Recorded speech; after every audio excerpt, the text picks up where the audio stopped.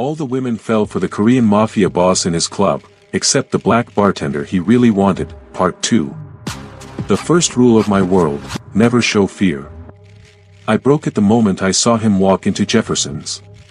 6 months had passed since Ji-hun Kim and I agreed to our careful intersections. 6 months of honest conversations across my bar. 6 months pretending the most dangerous man in Seoul was just another patron while something dangerous grew between us. I'd finally built something real. My bar, my rules, my life. 3,000 miles from New Orleans. 3,000 miles from the man who'd promised he'd kill me if I ever left. Then Damon walked through my door, that familiar smile cutting across his face like a blade.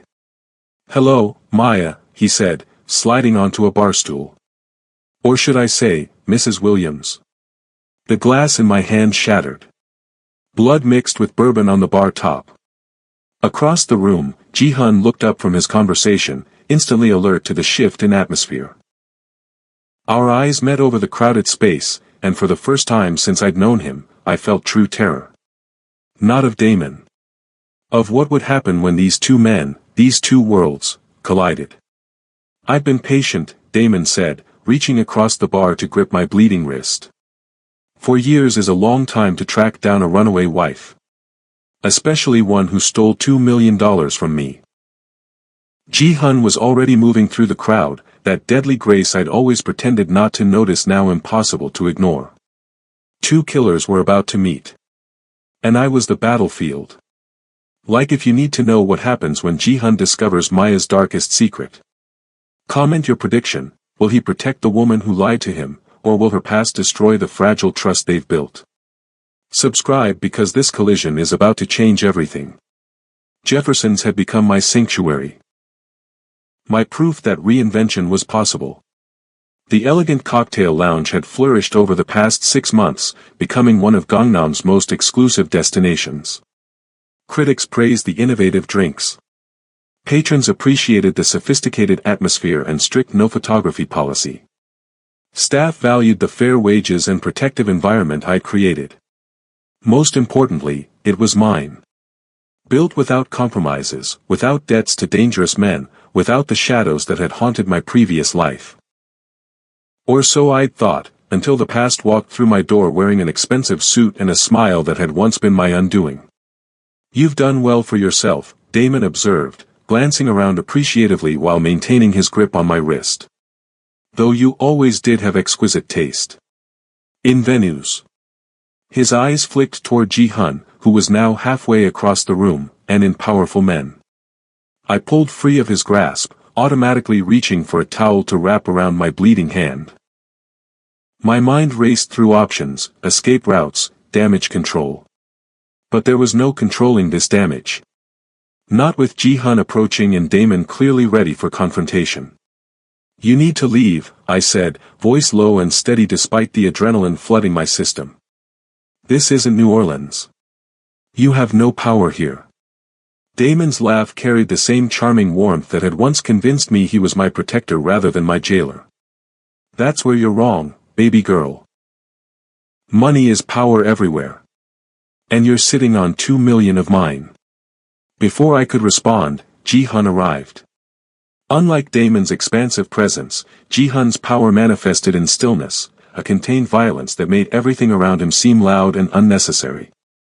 "Is there a problem?" he asked, that deceptively soft voice carrying easily over the ambient noise. Damon turned, assessing Ji-hun with the practiced eye of someone accustomed to sizing up threats. "Ji-hun Kim. Your reputation precedes you. And you are." Ji-hun's expression remained neutral, but I recognized the dangerous focus in his eyes. "Damon Williams. Maya's husband." He emphasized the word, watching for reaction. Though she seems to have forgotten a particular detail during her time in Korea. The shock that crossed Ji-hun's face lasted only a millisecond before his mask of control returned. But I saw it. The brief flash of betrayal. The recalculation happening behind those eyes. "Ji-hun," I started, unsure what I could possibly say to explain. "We should discuss this privately," Ji-hun interrupted, his gaze never leaving Damon. My office is nearby. I'm comfortable right here, Damon replied, leaning back against the bar. In fact, I'm thinking of becoming a regular. My wife makes the best old-fashioned in Asia, don't you agree? The tension between them crackled like live wires. Two apex predators, territorial and calculating, each measuring the other's capacity for violence. Your choice, Ji-hun said finally. Public or private? But this conversation will happen tonight. My head bartender appeared at my elbow, concern evident in her expression. Boss, you're bleeding. Let me take over. The interruption broke the deadlock. I nodded gratefully, handing over my bar towel while maintaining my composure. Gentlemen, I close in 2 hours. Whatever this is can wait until then. Damon smiled, that charming, terrible smile that had once made my heart race for very different reasons. Always the professional. Some things never change. He slid off the bar stool with fluid grace. I'll return at closing. We have much to discuss, all three of us. As he walked away, disappearing into the Seoul night, the space he'd occupied seemed to vibrate with unresolved threat. Ji-hun remained, his presence solid and unreadable. When he finally looked at me, his eyes held questions I wasn't ready to answer. Husband. The single word carried volumes. I met his gaze directly. Ex-husband. Or would be, if I'd been able to divorce him without signing my own death warrant. The money he mentioned. Insurance. And compensation. My voice hardened. I earned every cent of it. Ji-hun nodded once, absorbing this without judgment. For a moment, I glimpsed something unexpectedly vulnerable in his expression. Not betrayal or anger, but concern. I have people who can ensure he leaves Korea tonight, he offered quietly. One call. The offer, so simply stated, so enormous in its implications, crystallized the absurdity of our situation. For months, we'd maintained careful boundaries. Pretended our conversations across the bar were somehow separate from who he was, what he did. And now, with one sentence, those boundaries dissolved. No, I said firmly. This is my problem. I'll handle it. Maya. I mean it, Ji-hun. I looked around at my bar, at the life I'd built through sheer determination. I didn't run from one dangerous man just to depend on another. Something flickered in his eyes, respect mixed with frustration. Then at least let me stay. Until closing. Until he returns. I wanted to refuse. To prove I needed no protection. But the practical part of me, the survivor, recognized the tactical advantage of having Ji-hun present when Damon returned. Fine, I conceded. But this is still my territory. My rules. A ghost of a smile touched his lips. Of course. I wouldn't dream of overstepping. For the next 2 hours, I moved through my closing routine with mechanical precision, hyper-aware of both men. Ji-hun sat at his usual corner table, occasionally taking calls but never leaving. Damon returned as promised, taking a booth near the door, nursing a single drink while watching me with unsettling intensity. When the last customer had departed and my staff had been sent home, I locked the front door and turned to face them both. Two men who represented different chapters of my life, one I'd run from, one I'd been circling closer to despite my better judgment. All right, I said, remaining behind the bar where I felt most in control. Let's talk. Damon rose first, approaching with that smooth confidence that had once seemed sophisticated but now read as predatory. You've led us on quite a chase, Maya. Tokyo, Singapore, now Seoul. He gestured around the bar. Though I must say, this is your most impressive disappearing act yet. I wasn't hiding, I replied, the lie smooth on my tongue. I was starting over. With my money. Damon's smile tightened. Money that belongs to people who don't appreciate being stolen from. Ji-hun had joined us now, positioning himself carefully. Not beside me, not quite between Damon and me, but in a spot that gave him tactical advantage if needed. The money was payment, I said flatly. For services rendered. Services. Damon laughed. Is that what we're calling it now? You were my wife, Maya. Not an employee. I was your front, I corrected, anger finally seeping into my voice. Your respectable face for the investors. Your bartender for the meetings with clients who didn't know they were financing cocaine shipments. Your alibi when questions arose about missing competitors. Ji-hun's expression remained neutral, but his focus intensified at the mention of drug trafficking.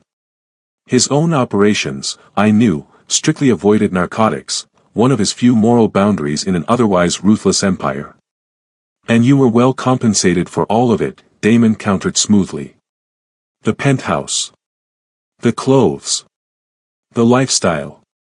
You never complained until the end. Until I found out what really happened to Elise, I said, the name causing Damon's expression to flicker briefly. Your previous wife wasn't as lucky as me, was she? Didn't manage to escape before you decided she was a liability.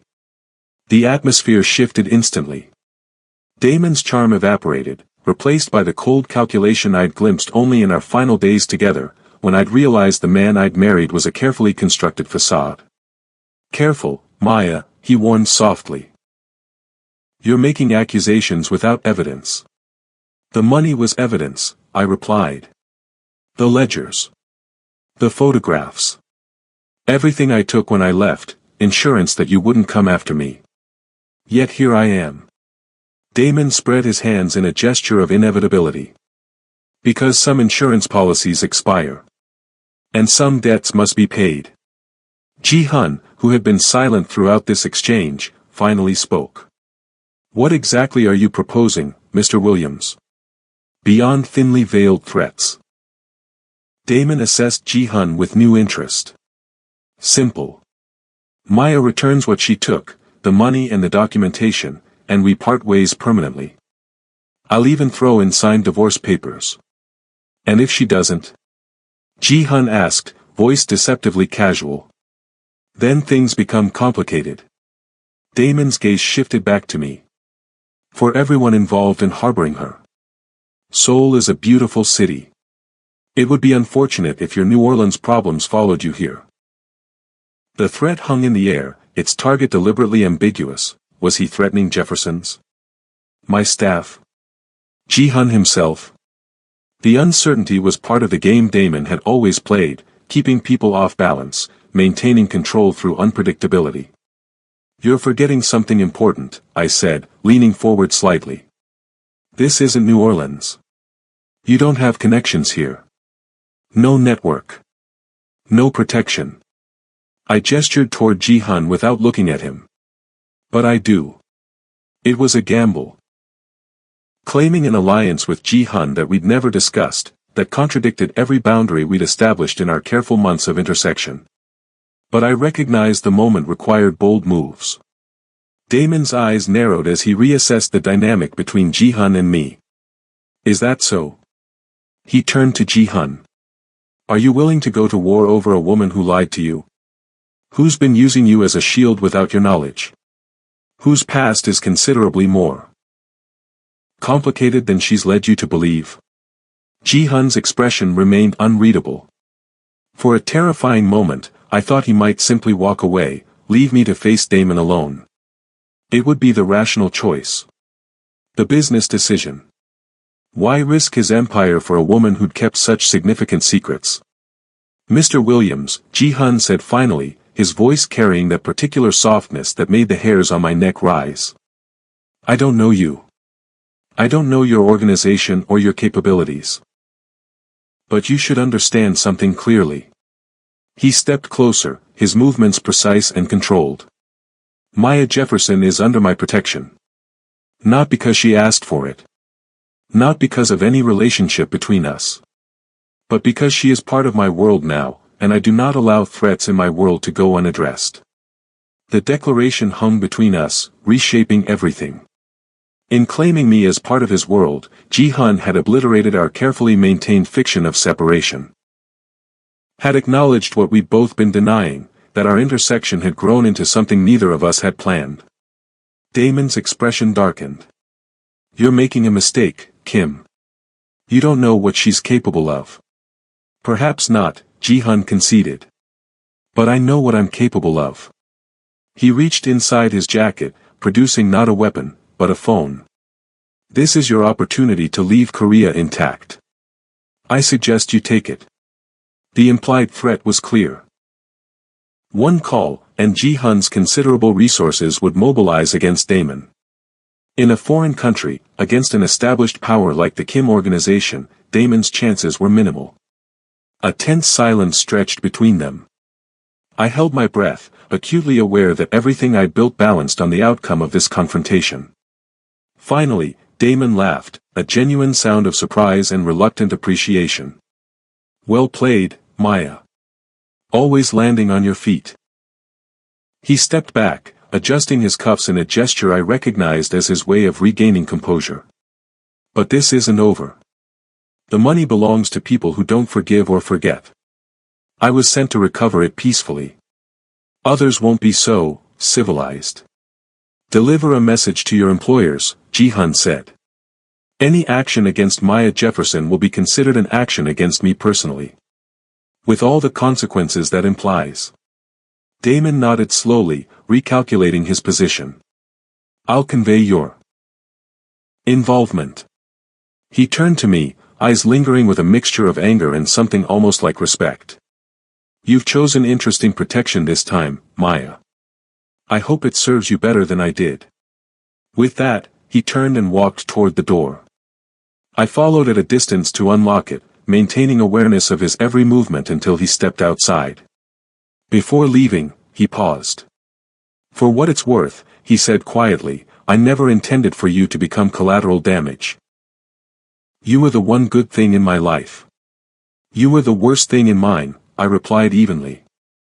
Don't come back, Damon. After he'd gone, I locked the door with hands that finally allowed themselves to tremble. The adrenaline that had kept me functioning began to ebb, leaving exhaustion in its wake. When I turned, Ji-hun still stood by the bar, watching me with unreadable eyes. You lied to me, he said simply. Not an accusation, just a statement of fact. Yes.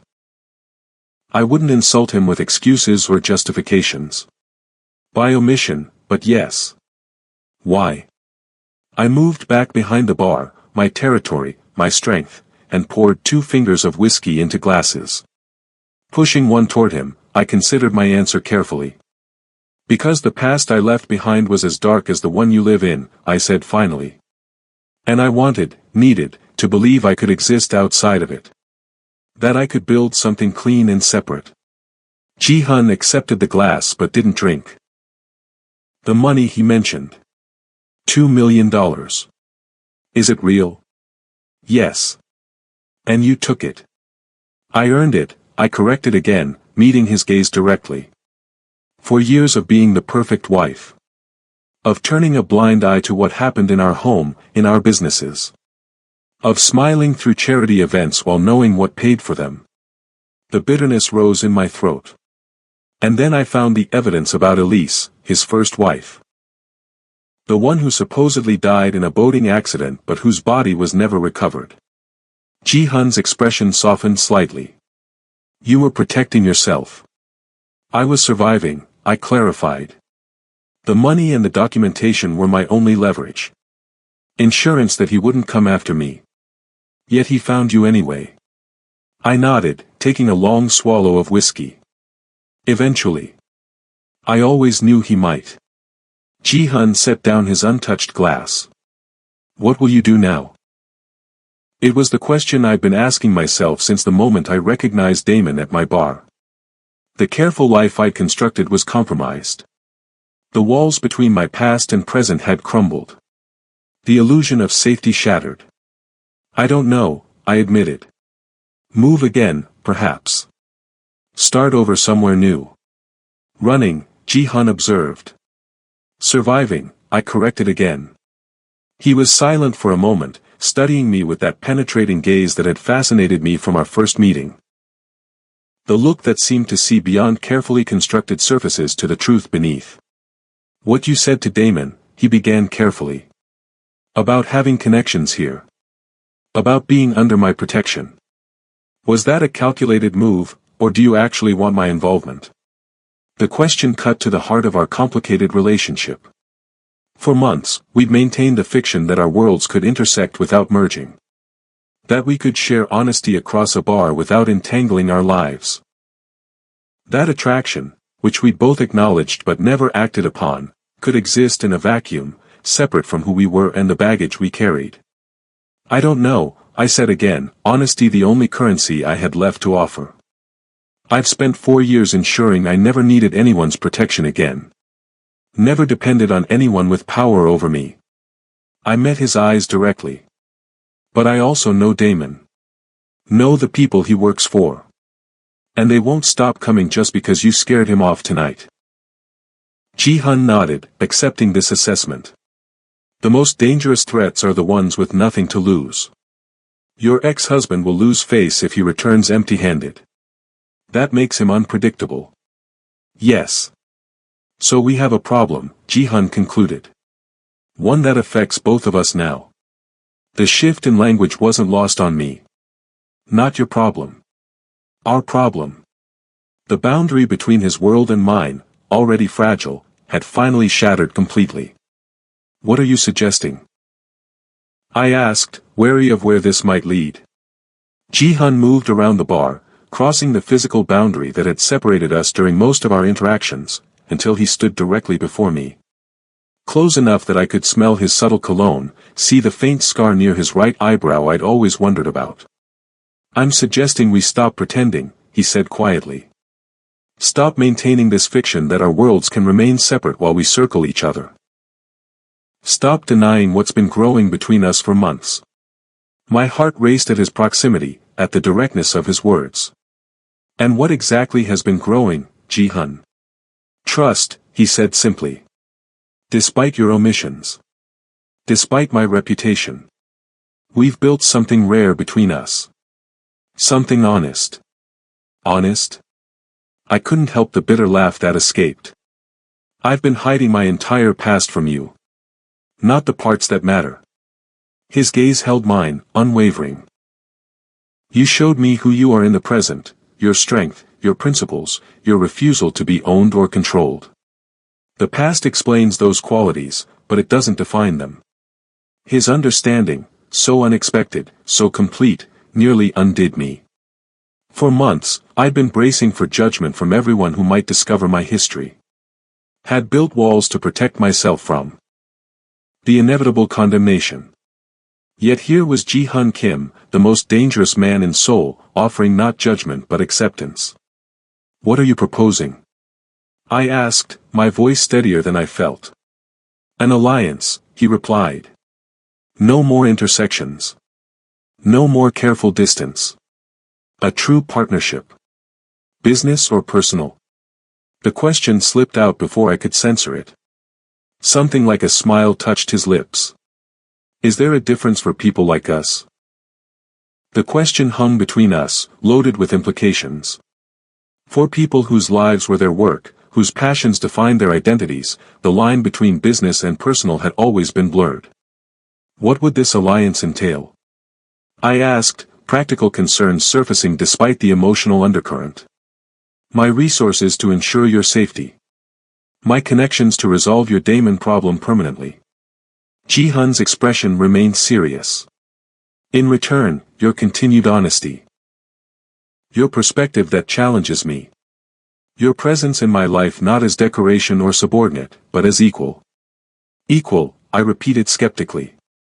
In your world, that word has limited meaning. Then help me expand its definition. He reached out, not quite touching me, his hand hovering near my face. Maya, I've spent my life surrounded by people who want something from me. Power, protection, privilege. You're the only person who ever looked at what I could offer and said no thank you. Despite everything, the tension, the danger, the uncertainty, I found myself smiling. I've been rather difficult, haven't I? Impossible, he agreed, his own smile emerging briefly.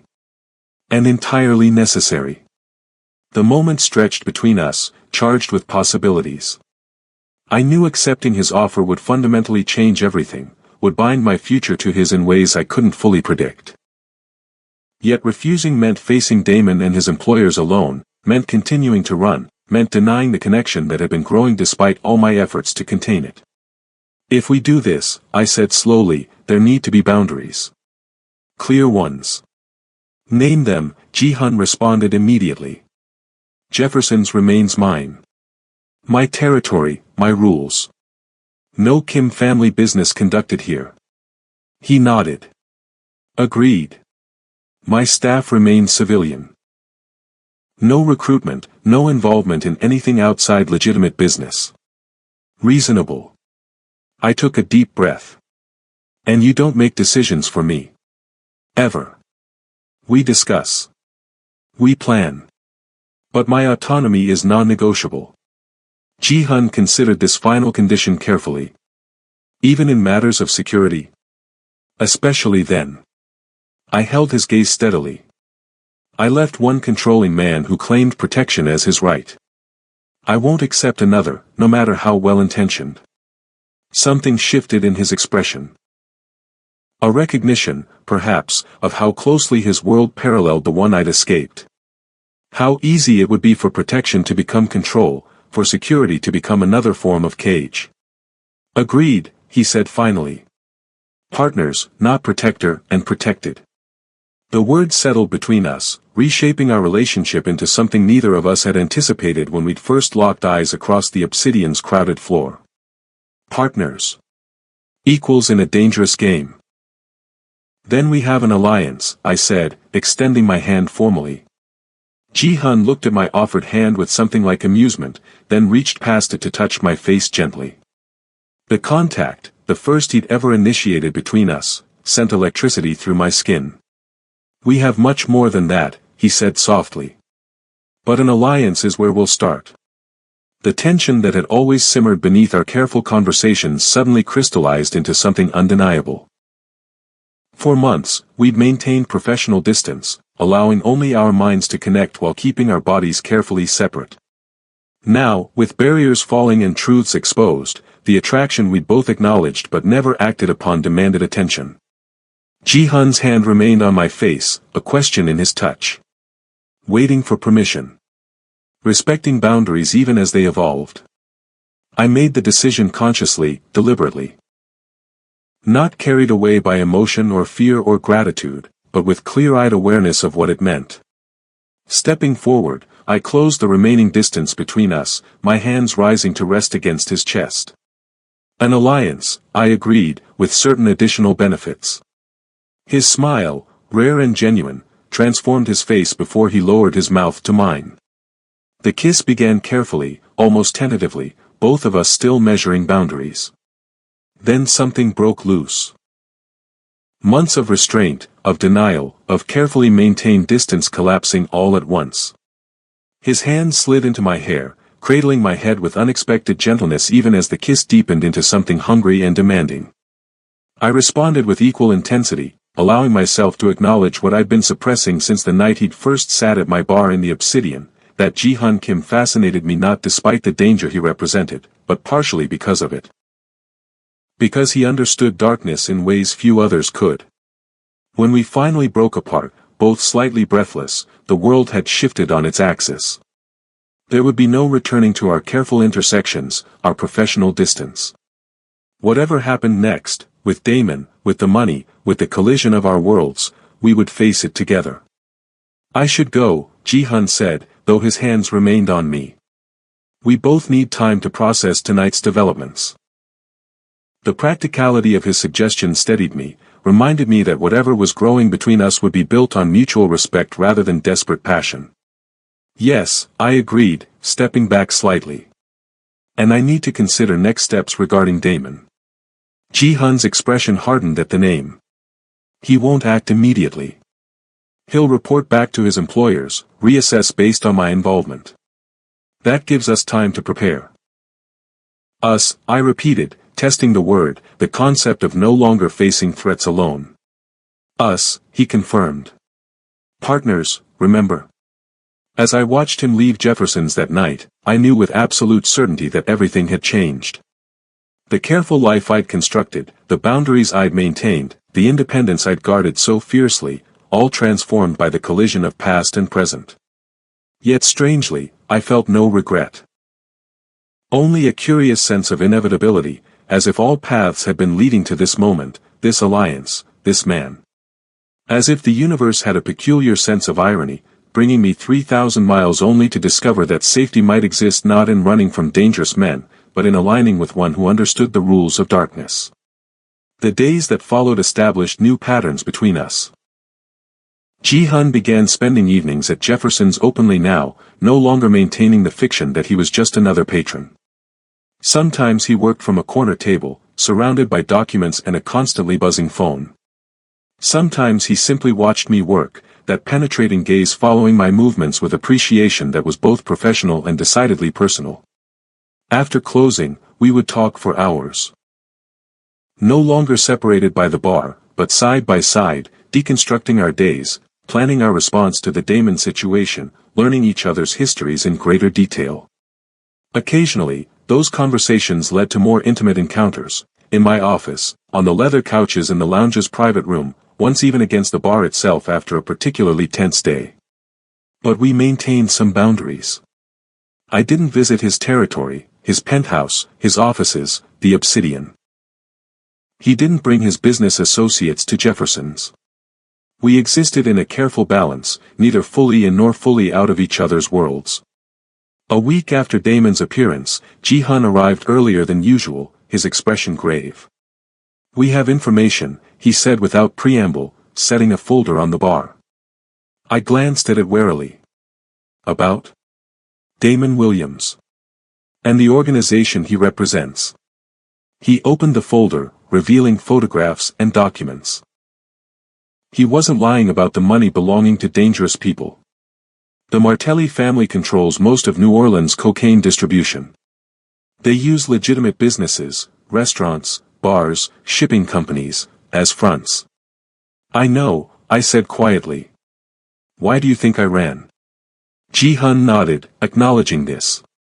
"What you may not know is that they've expanded operations in recent years, including tentative moves into Asian markets."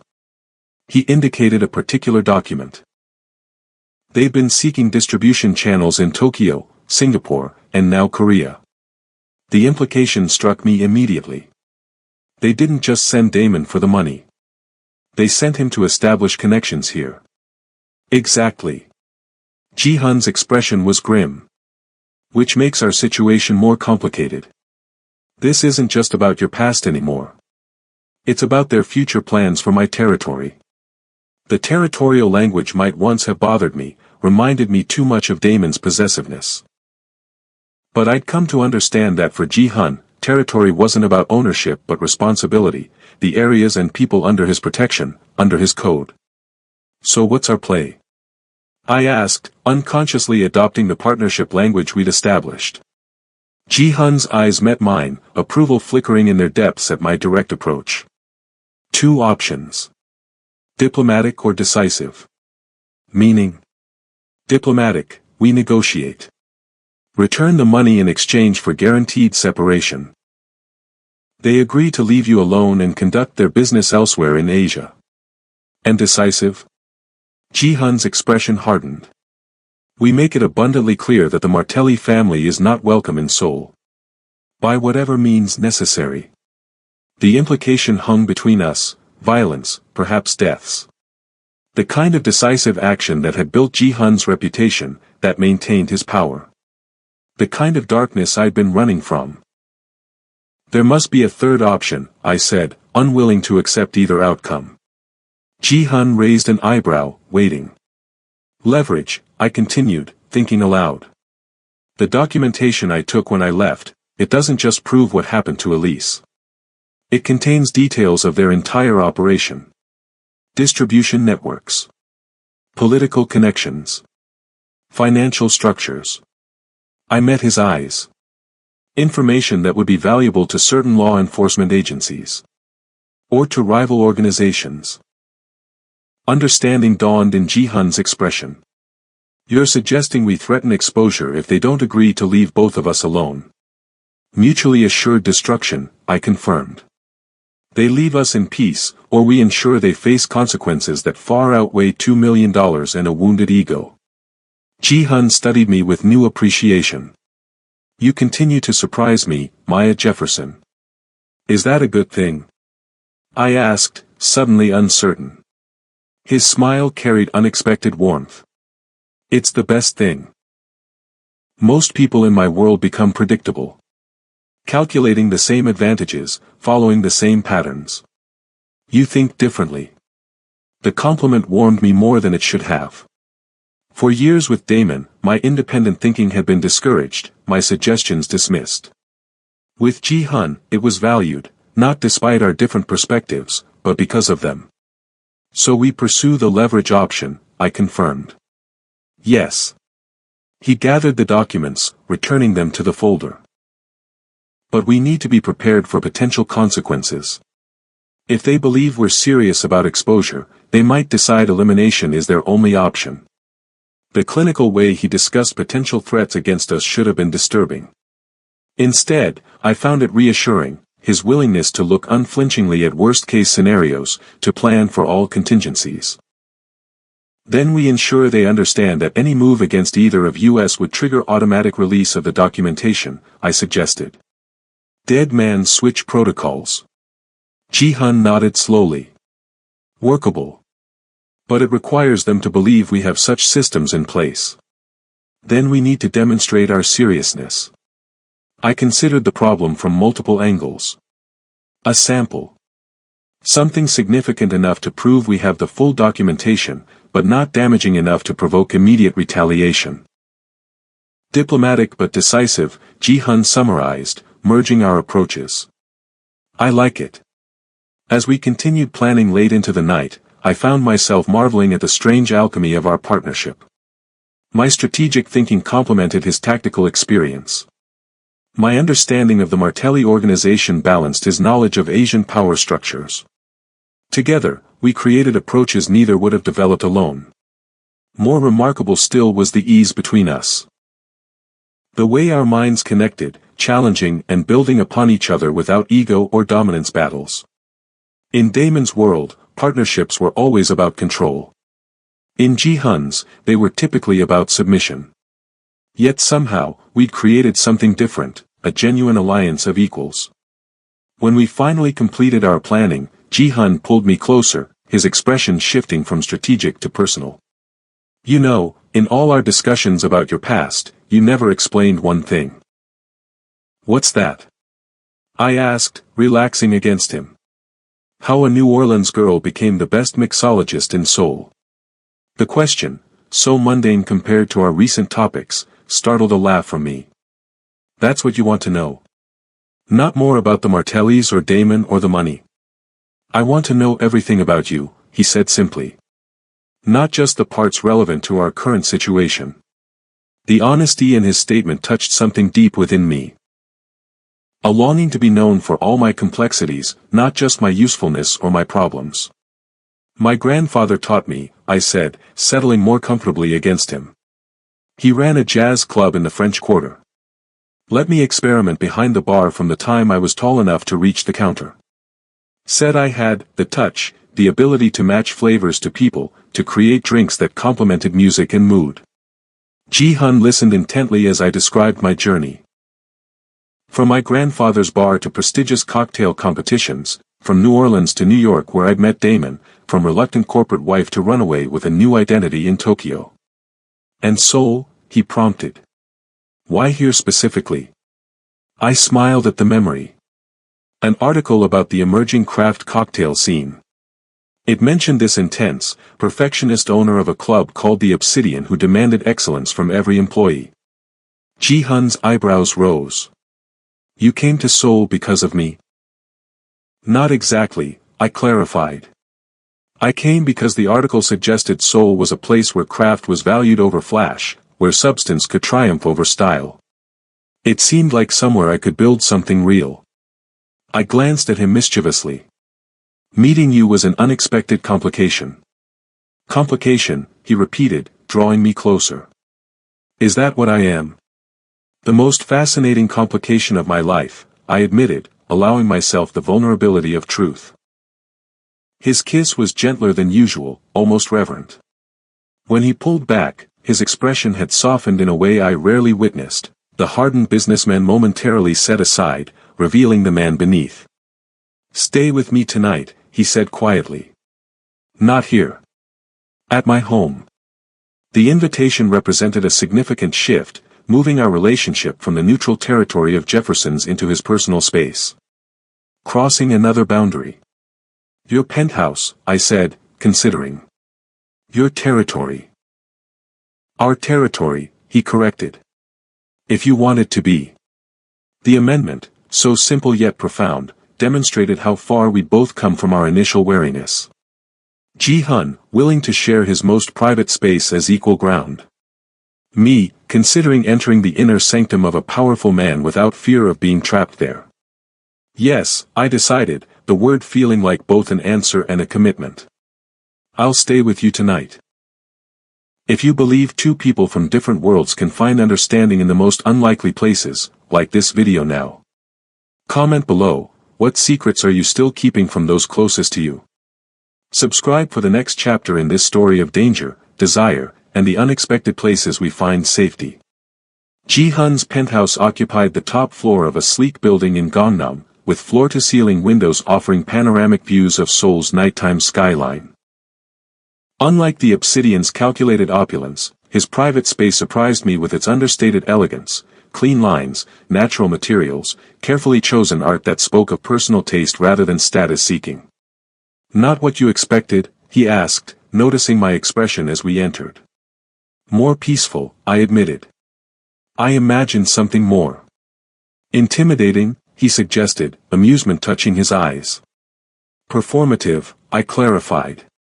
"Designed to impress rather than to live in." Ji-hun removed his jacket, hanging it precisely in a closet near the door. "I perform enough in public. Here, I need space to simply exist." The sentiment resonated deeply. My own apartment, small but carefully designed, served the same purpose. A sanctuary where masks could be removed, where no performance was required. As Ji-hun moved to the kitchen, retrieving a bottle of wine and 2 glasses with practiced ease, I explored the space. Unlike most luxury apartments I'd visited, which often felt like showcases rather than homes, his revealed subtle signs of genuine habitation: books with marked pages, a notebook with handwritten notes, a worn cushion on his preferred chair. Most revealing was a small traditional wooden chest displayed prominently in the living area. When I approached it, Ji-hun watched carefully but didn't object as I examined the intricate carving. "Family heirloom?" I guessed. "Yes." He joined me, wine glasses in hand. "My grandmother's. The only possession she brought when fleeing North Korea during the war." The personal history behind the object touched me.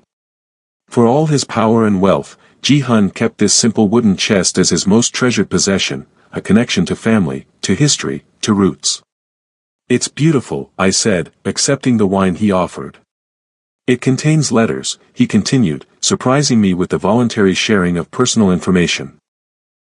"Correspondence between my grandparents during their separation. Years of waiting, hoping, planning to reunite." "And did they?" I asked, genuinely curious. "Eventually. After 3 years apart." His expression softened with rare vulnerability. "My father was conceived the night they reunited." The romanticism of the story contrasted sharply with Ji-hun's public persona, the cold, calculating businessman, the feared power behind Seoul's underworld. Yet it aligned perfectly with the man I'd come to know in our private moments, thoughtful, appreciative of meaning beyond material value. "Thank you for sharing that with me," I said quietly. Ji-hun studied me over his wine glass. "You're the first person I've brought here who's asked about the chest. Most see the view, the art, the obvious displays of wealth. You notice the things that matter." The observation hung between us, weighted with implications about how he saw me, how I differed from others in his life. "I spent years with a man who used possessions as distractions," I explained. Expensive gifts to compensate for ugly truths. I learned to look past surfaces. To the meaning beneath, Ji-hun concluded. It's what you do with flavors too. Find the essence beyond the obvious. His understanding, so complete, so unexpected, created a moment of perfect connect. Ion between us. For all our differences, for all the complications of our situations, we shared this fundamental approach to life, seeking substance beneath style, truth beneath performance. The evening unfolded with surprising ease. We talked for hours, sharing stories and perspectives without the pressure of strategic planning or crisis management. I told him about my grandfather's jazz club, about music that had shaped my understanding of rhythm and balance. He described his early years taking over family businesses, navigating between legitimate enterprises and shadowed operations. When conversation finally gave way to physical connection, it felt like a natural progression rather than a destination. Ji-hun's touch carried the same careful attention he brought to everything important, observant, responsive, focused on mutual pleasure rather than demonstration of skill. Afterward, lying beside him in the darkness with Seoul's lights glittering below, I experienced an unfamiliar sense of peace. Not the hypervigilant calm I'd maintained since leaving New Orleans, but genuine contentment. For the first time in years, I felt truly safe, not because Ji-hun would protect me, but because together we were formidable in ways neither could be alone. "What are you thinking?" he asked, fingers tracing patterns on my bare shoulder.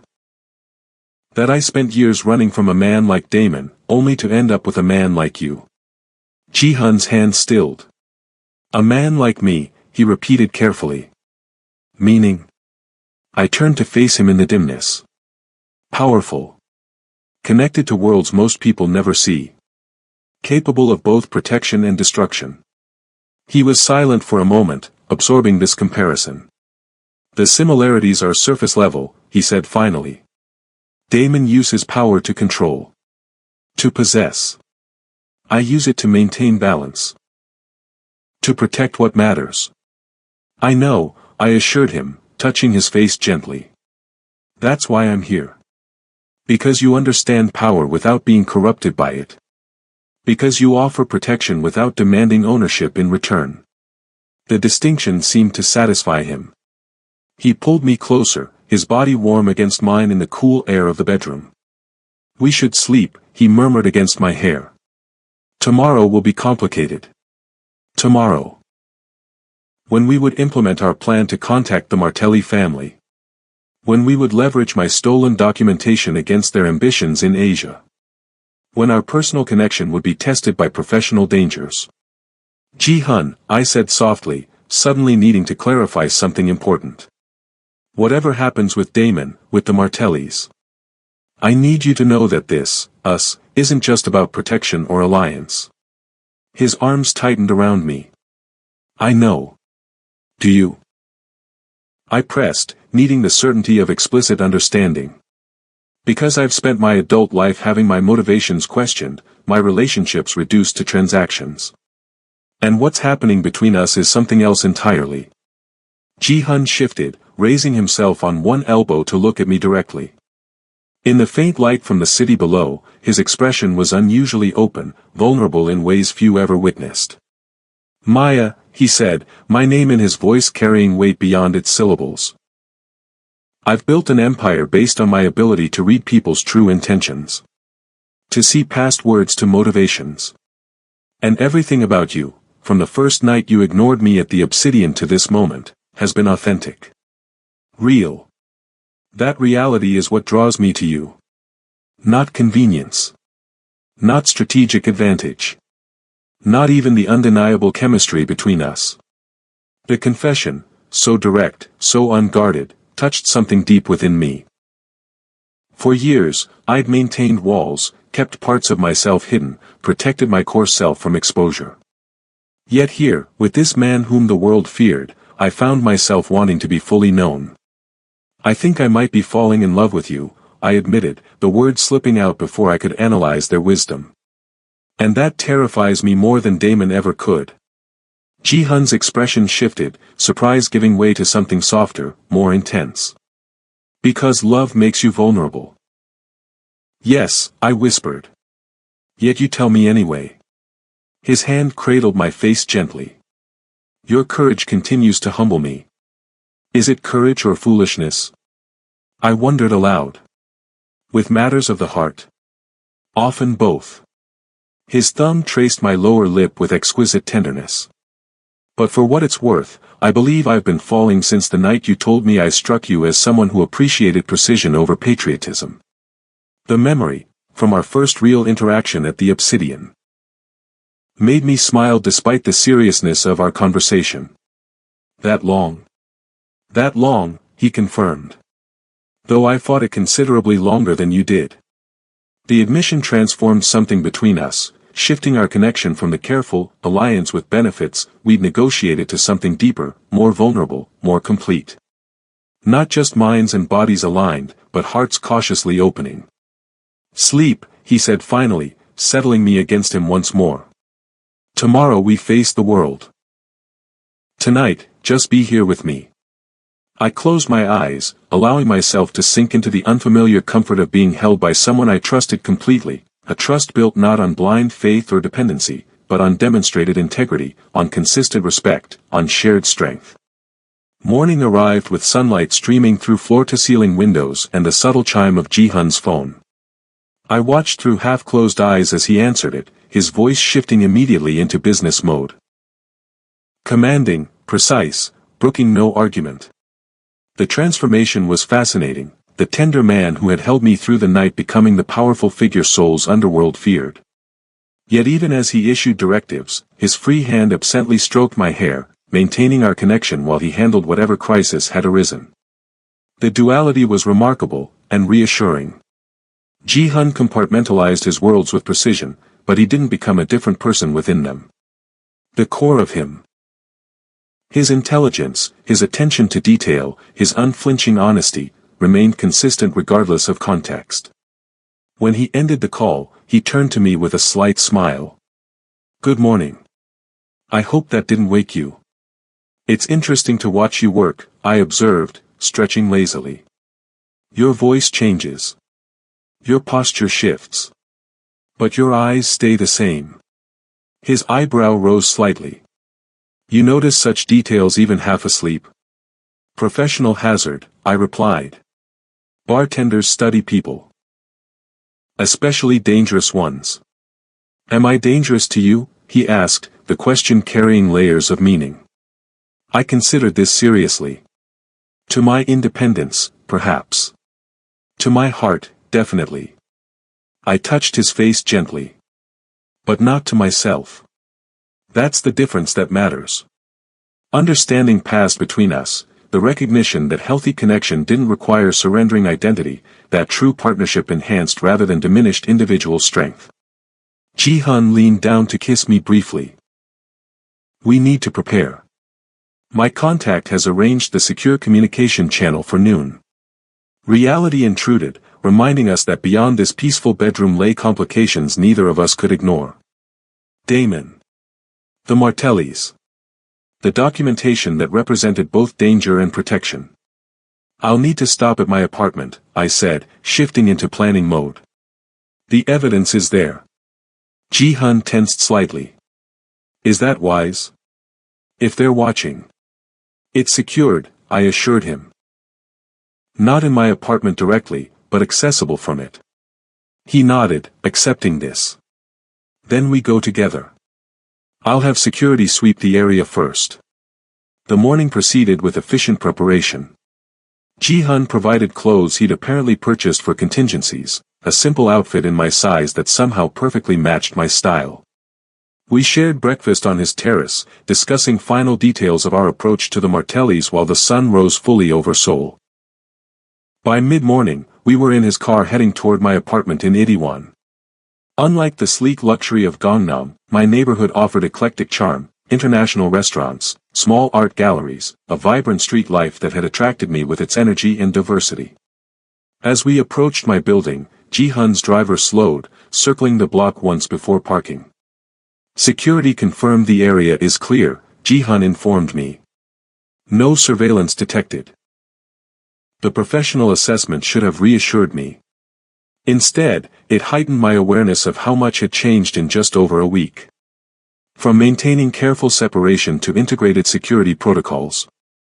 From independent lives to coordinated movements. My apartment occupied the third floor of a converted commercial building, smaller than Ji-hun's penthouse but designed with similar attention to personal comfort rather than impression management. Clean lines, open spaces, carefully chosen colors that created calm. Ji-hun noticed this as we entered. Our tastes align more than I expected. Functional minimalism, I agreed, moving through the space with practiced efficiency. Everything necessary, nothing superfluous. While Ji-hun examined the apartment with quiet appreciation, I approached the built-in bookshelf that covered one wall. Selecting a specific volume, Baldwin's Another Country. I revealed the hidden compartment behind it containing a small fireproof safe. Clever, Ji-hun observed. Hidden in plain sight. The best secrets usually are. I entered the combination, retrieving a hard drive and a small notebook. Digital and analog backups. The hard drive contains scanned documents, financial records, photographs. The notebook contains locations, contacts, and codes that aren't stored electronically.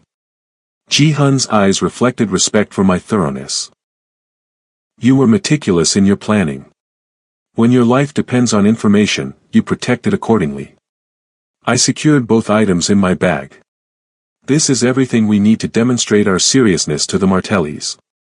As we prepared to leave, Ji-hun paused, studying a framed photograph on my desk, the only personal item displayed in the otherwise minimal space. It showed an older black man behind a bar, laughing as he mixed drinks. Your grandfather, he guessed. I nodded, unexpected emotion tightening my throat. Taken at his club about a year before he died. The last time I saw him. Ji-hun touched the frame gently. He taught you more than mixology. It wasn't a question, but I answered anyway. Everything important. Integrity. Independence.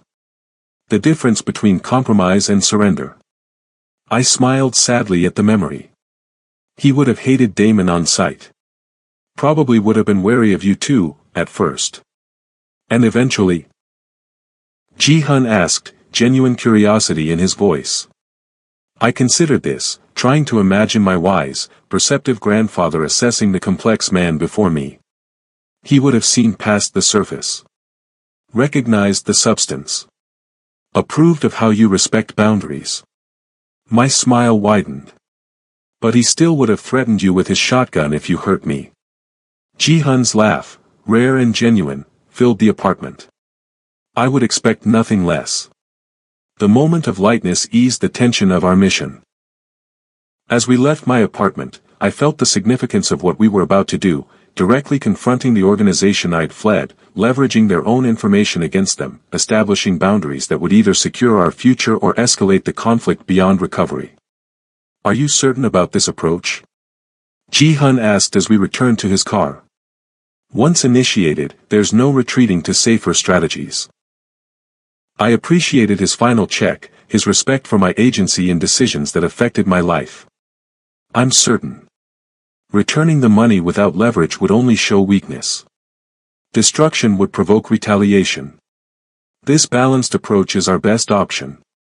He nodded, accepting my assessment. Then let's proceed. The secure communication happened not at Ji-hun's penthouse or offices, but at a nondescript building his organization maintained specifically for sensitive negotiations. The space contained state-of-the-art security measures, signal jammers, surveillance detection, multiple escape routes. Impressive setup, I observed as his security team completed final checks. Necessity, Ji-hun replied simply. In my world, information security determines survival. The actual call was anticlimactic after our extensive preparation. Ji-hun's technical team established the secure connection, verifying that the individual on the other end was indeed Antonio Martelli. Damon's employer and the family's primary decision-maker regarding Asian expansion. Mr. Martelli, Ji-hun began, his voice carrying the particular authority he reserved for business negotiations. Thank you for agreeing to this discussion. Curiosity more than agreement, Mr. Kim, came the response, the voice carrying a hint of New Orleans beneath its Italian cadence. When a man of your reputation requests a conversation, declining seems unwise. Practical assessment, Ji-hun acknowledged. I'll be equally practical. Your representative Damon Williams has created a situation that could be problematic for both our organizations. My understanding is that Williams was retrieving stolen property, Martelli countered smoothly. Property belonging to my family. Ji-hun's eyes met mine, silently confirming our next move. I leaned toward the speaker. Mr. Martelli, this is Maya Jefferson. Using my current name rather than my married name was a deliberate choice, establishing identity on my terms. We both know the $2 million is secondary to what accompanied it. Silence stretched for several seconds before Martelli responded, his voice notably cooler. Ms. Jefferson. Or should I say Mrs. Williams? Your disappearance caused considerable inconvenience. Not as much inconvenience as what I took with me could cause, I replied evenly. Particularly regarding operations in Lafayette Parish and the arrangements with Councilman Delacroix. The specific reference, to a jurisdiction and political connection documented in my files, landed precisely as intended. Martelli's momentary silence confirmed he recognized the implicit threat. What exactly are you proposing? He asked finally, all pretense of casual conversation abandoned.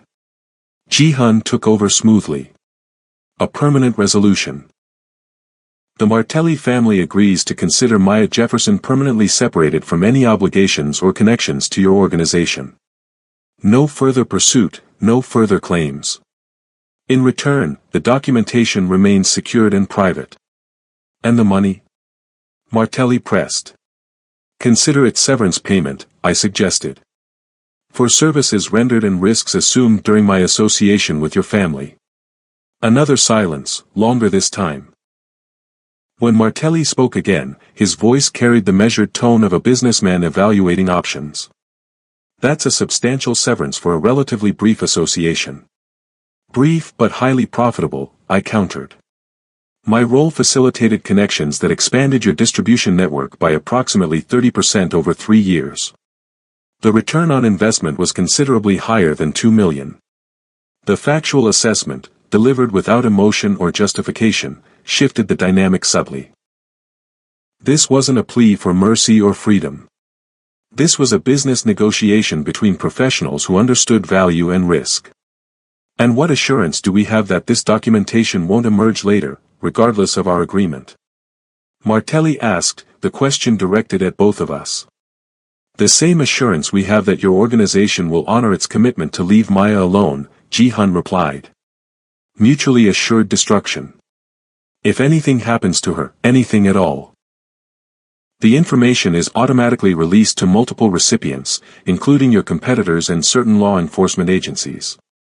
Similarly, I added, if we maintain our separation without incident for 5 years, the documentation will be destroyed.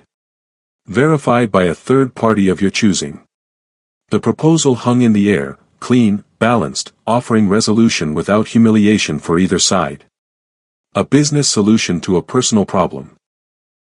There's also the matter of your organization's interest in Asian markets, Ji-hun continued, introducing our second key point.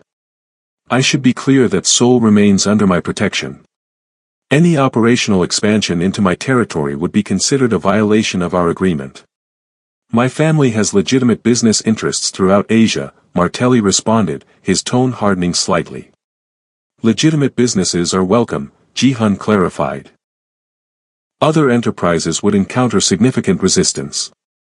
The implicit territorial boundary, combined with our leverage regarding the documentation, created a comprehensive framework for future relations. Not friendship or alliance, but clearly defined separation with mutual respect for established domains. After another thoughtful pause, Martelli spoke with the finality of decision. I'll need verification that the documentation exists as described. A sample, delivered securely. Agreeable, Ji-hun confirmed. Our technical team will arrange transmission of selected material sufficient to confirm authenticity without compromising the integrity of the full package. Once verified, we will consider your proposal, Martelli concluded. Damon Williams will be recalled immediately, regardless of outcome. His approach has been unnecessarily complicated. The subtle distancing from Damon's actions suggested Martelli was already preparing to accept our terms, establishing plausible deniability for any overreach by his representative. We appreciate your pragmatism, Ji-hun said, bringing the negotiation to a close. My team will contact yours within 24 hours to arrange the verification sample. After the call ended and the technical team confirmed the connection had been securely terminated, Ji-hun turned to me. Well executed. He'll agree, I said with certainty born of years observing Martelli's business decisions. The documentation presents greater risk than the value of pursuing me or the money. And he respects clear boundaries when backed by credible enforcement. Ji-hun nodded, accepting my assessment. Then we've established a foundation for moving forward. Both with the Martellis and... He hesitated slightly, with us. The distinction was significant. Separating our strategic success from our personal relationship, acknowledging that one facilitated the other but neither defined it completely. Yes, I agreed, feeling an unexpected lightness. Though I imagine Damon won't be pleased about being recalled. He'll be removed from the equation, Ji-hun assured me. Martelli's organization operates on hierarchy and discipline. Once the decision is made, Damon becomes irrelevant. The finality of this assessment should have reassured me. Instead, I felt a flicker of unease. Damon had never responded well to being controlled or dismissed. His charming exterior masked a deep need for dominance, for the last word. Perhaps, I said carefully. But Damon has personal investment beyond his professional role. His pride, his sense of possession regarding me, those aren't easily regulated by organizational hierarchy. Ji-hun studied me, recognizing the concern beneath my measured words. You think he might act independently? Against Martelli's directives? It's possible, I acknowledged. Not probable, but worth considering in our security planning. Then we maintain vigilance until the agreement is finalized and his departure from Korea is confirmed, Ji-hun decided. No unnecessary risks or exposures. The precaution made sense, yet something about it grated against my hard-won independence. I won't become a prisoner in my own life, I said firmly. Jefferson's remains open. My routine continues. Ji-hun didn't argue, didn't attempt to override my decision with security concerns. Instead, he nodded thoughtfully. Of course. But with enhanced measures in place. My people at a distance, respecting your autonomy while ensuring your safety. The balanced solution, acknowledging both legitimate security concerns and my need for independence, exemplified what made our relationship work. Not dominance and submission, but collaborative problem-solving that respected both perspectives.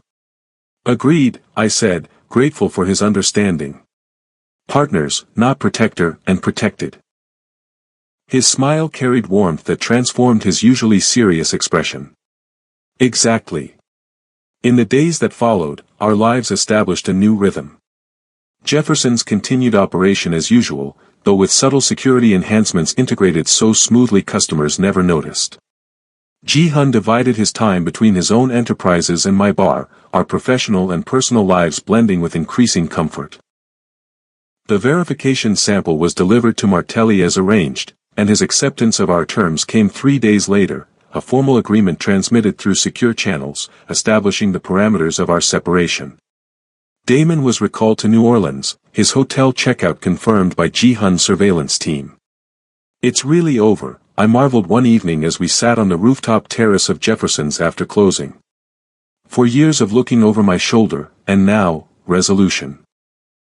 Ji-hun's arm tightened around me as we gazed at Seoul's nighttime skyline. Not exactly how you planned it. No, I agreed, leaning into his warmth. I expected to keep running forever. To rebuild again and again in different cities, different countries. And now? The question hung between us, weighted with possibilities. Now that the immediate threat was resolved, what would happen to the partnership forged in crisis? To the connection that had deepened so rapidly under pressure. Now I stay, I said simply. Build something lasting here. With you. The words represented a commitment I hadn't planned to make, yet they felt right, honest and clear-eyed rather than driven by emotion or circumstances. Ji-hun turned to face me fully, his expression serious yet tender. Are you certain? My world isn't simple. The dangers aren't limited to Damon or the Martellis. I know, I acknowledged. Just as my independence isn't simple. My need for autonomy won't diminish with time. I wouldn't want it to, he said immediately. Your strength, your clear boundaries, they're essential to who you are. To why we work together. The understanding, so complete, so accepting, confirmed what I'd been gradually recognizing over our weeks together. Ji-hun saw me wholly, complexities and contradictions included, and valued me because of them rather than despite them. Then yes, I'm certain, I said, reaching up to touch his face gently. Whatever complications arise, we'll navigate them together. Partners in all things. His kiss carried a promise more binding than any contract, any formal agreement. A commitment to possibility, to growth, to building something neither of us had believed possible before that night he'd walked into Jefferson's and proposed our careful intersection. Later, as we prepared to leave, my phone chimed with a message notification. I checked it automatically, expecting confirmation from my head bartender about the next day's deliveries. Instead, I found myself staring at a text from an unknown number. Agreements only work when both parties are honorable. We had vows once too. This isn't over, Maya, asterisk. Damon. Ji-hun, noticing my sudden stillness, looked over my shoulder at the screen. His expression hardened instantly. He's still in Seoul, he concluded, already reaching for his phone to alert his security team. Yes, I agreed, a chill running through me despite the warm evening. And he's not planning to leave quietly. The message represented what I'd feared, Damon acting outside organizational directives, pursuing personal vendetta despite professional resolution. The unpredictability of wounded pride, of thwarted possession, of a man unaccustomed to losing what he considered his. Yet as I looked at Ji-hun, already coordinating increased security, already adapting plans to address this new threat, I felt something unexpected beneath the concern. Not fear. Not resignation. Not even anger. Determination. I had spent years running from Damon, from the shadow he cast over my future. Had built entire lives only to abandon them when his presence threatened. Had sacrificed connection, permanence, belonging for the sake of safety. No more. We don't change our plans, I said firmly, interrupting Ji-hun's security directives. Jefferson's remains open. My routines continue. We live our lives. He looked at me questioningly. Maya, he's directly threatening you. Yes, I agreed. And I'm done allowing his threats to control my choices. Understanding dawned in Ji-hun's expression, recognition that this wasn't recklessness but reclamation.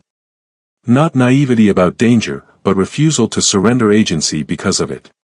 Then we continue as planned, he agreed.